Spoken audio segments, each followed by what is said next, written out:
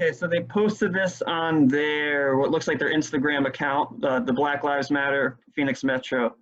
And part of it is a screen capture or a screenshot of a question that was DM'd to them, and then they type out the response on their side. And they say, and again, this is, I could share this with you, it's public, so it says, quote, guys, please be wary about the We Rising project, which is organizing the nightly protests in Phoenix. Lots of suspicion about them working with the cops, which takes away from the pressure we are trying to put on the cops with the protests. Please check out the comments on their Instagram for more info. They put your @ a lot of people are questioning them and they're coming back with half-assed responses. And then they say to follow their page. So that's right.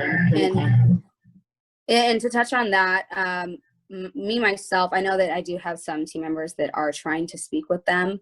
It was a little difficult getting a hold of them at first, but I think that, we have a couple, who's I believe are communicating with them. If I'm correct, I could be wrong.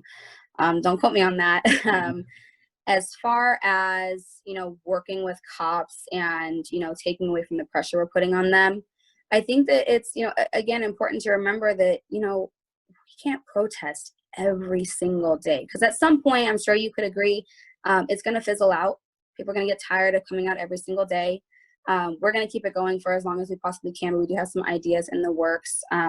I understand things looking suspicious, and, I fully understand where they're coming from, but putting pressure, applying pressure, we have applied pressure because, we received a phone call from the mayor already. We're receiving phone calls from, legislators and, different lawmakers, across, the country in different states. So we are applying pressure with these protests. And, that is information I will give, a little bit on that I'm sure we'll, be able to effectively communicate here soon. And we have applied pressure with the protests. We still are. But going hand in hand with that, we have to apply pressure at the table. We have to see, these papers, these documents, to really see what they're trying to put forth in action. And if we don't agree with it, we're going to be very open about that.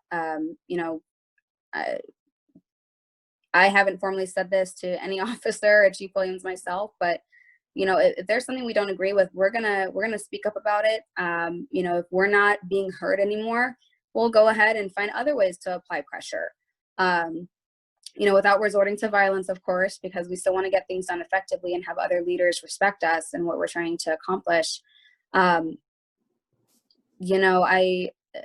understand where people are coming from, but I think that, it's important to just remember those things that, applying pressure and getting things done has to come from different areas as well.